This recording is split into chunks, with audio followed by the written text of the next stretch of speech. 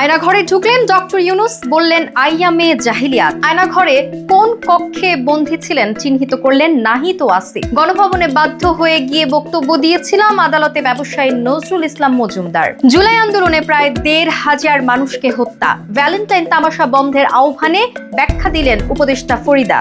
সংসদের নারীদের জন্য ১০৯, ১০ থেকে ২০টি আসনই সঙ্গত ইসলামী ফ্রন্ট। শুক্রাণু দান করে বিশ্বজুড়ে ১৮০ সন্তানের বাবা হয়েছেন রবার্ট। আমরা চ্যাম্পিয়ন হওয়ার লক্ষ্য নিয়ে যাচ্ছি শান্ত।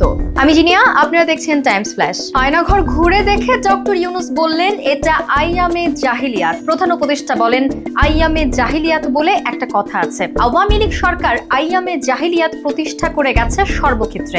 আয়নাঘর তার একটা নমুনা। তিনি আরো বলেন এরকম টর্চার সেল বাংলাদেশ জুড়ে আছে। আজকে সেটা শুনলাম। আমার ধারণা ছিল আয়নাঘর বলতে কয়েকটি আছে এখানে। এখন শুনছি এই আয়নাঘরের বিভিন্ন ভার্সন দেশ জুড়ে আছে।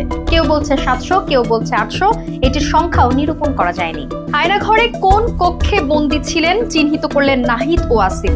জুলাই গণ অভ্যুত্থানের উত্তাল দিনগুলোতে আন্দোলনের সামনের সারিতে থাকা নাহিদ ও আসিফকে তুলে নিয়ে যাওয়ার পর যে নির্যাতন কেন্দ্রে বন্দী করে রাখা হয়েছিল, সেই টর্চার সেল পরিদর্শনে গিয়ে কক্ষগুলো শনাক্ত করেছেন তারা। আওয়ামী লীগ সরকারের শাসনামলে বিরোধী মতের বহু মানুষকে তুলে নিয়ে বিচার বহির্ভূতভাবে অজ্ঞাত স্থানে আটক রাখার অভিযোগ ওঠে।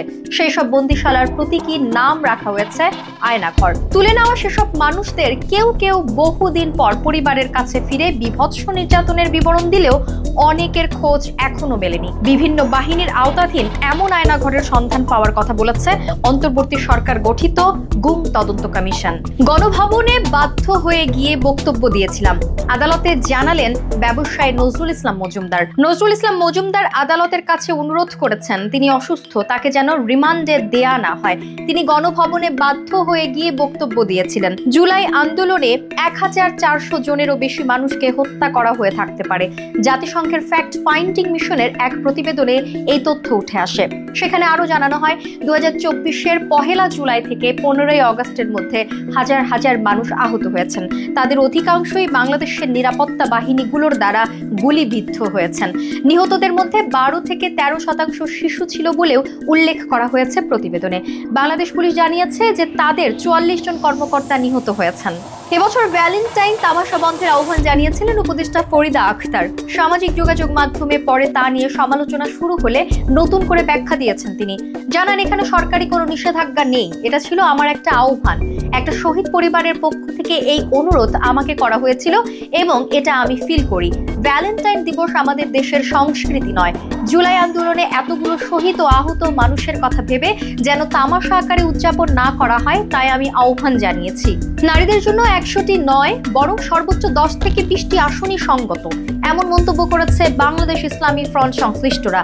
সম্প্রতি জাতীয় সংসদ নির্বাচনে নারীদের জন্য নিরঙ্কুশ ১০০টি আসনের সুপারিশ করেছে সংবিধান সংস্কার কমিশন। কমিশনের এই সুপারিশ পুনর্বিবেচনার দাবি জানিয়েছে সংগঠনটি। পাশাপাশি ৭১-এর মুক্তিযুদ্ধের ভূমিকার সঙ্গে ২৪-এর তুলনা করার বিষয়ে সংশ্লিষ্ট মহল বিরত থাকবে বলেও আশা করছে বাংলাদেশ ইসলামী ফ্রন্ট। শুক্রাণু ডোনেট করে বিশ্বজুড়ে ১৮০ জনের বেশি সন্তানের বাবা হয়েছেন রবার্ট চার্লস। নিজেকে জো ডোনার নামে পরিচয় দেওয়া এই ব্যক্তি মার্কিন বংশোদ্ভূত একজন শুক্রাণুদাতা। তার দাবি চীন থেকে অস্ট্রেলিয়া পর্যন্ত সারা বিশ্বে তার সন্তান আছে, যাদের মধ্যে ৬০ জনের সঙ্গে তার দেখা হয়েছে। সম্প্রতি তাকে অনিয়ন্ত্রিত শুক্রাণু দানের বিপদ সম্পর্কে সতর্ক করেছেন এক বিচারক। যুক্তরাজ্যের কার্ডিফ শহরের পারিবারিক আদালতে এই ঘটনা ঘটেছে। চ্যাম্পিয়ন হওয়ার লক্ষ্য নিয়েই মাঠে নামবে বাংলাদেশ, এমন মন্তব্য করেছেন অধিনায়ক নাজমুল হোসেন শান্ত। আগামী ১৯ ফেব্রুয়ারি থেকে আরব আমিরাত ও পাকিস্তানে শুরু হবে হাইব্রিড মডেলের চ্যাম্পিয়ন্স ট্রফি। বাংলাদেশ দল ১৩ ফেব্রুয়ারি রাতে দেশ ছাড়বে। টুর্নামেন্টে তারা পড়েছে কঠিন গ্রুপে।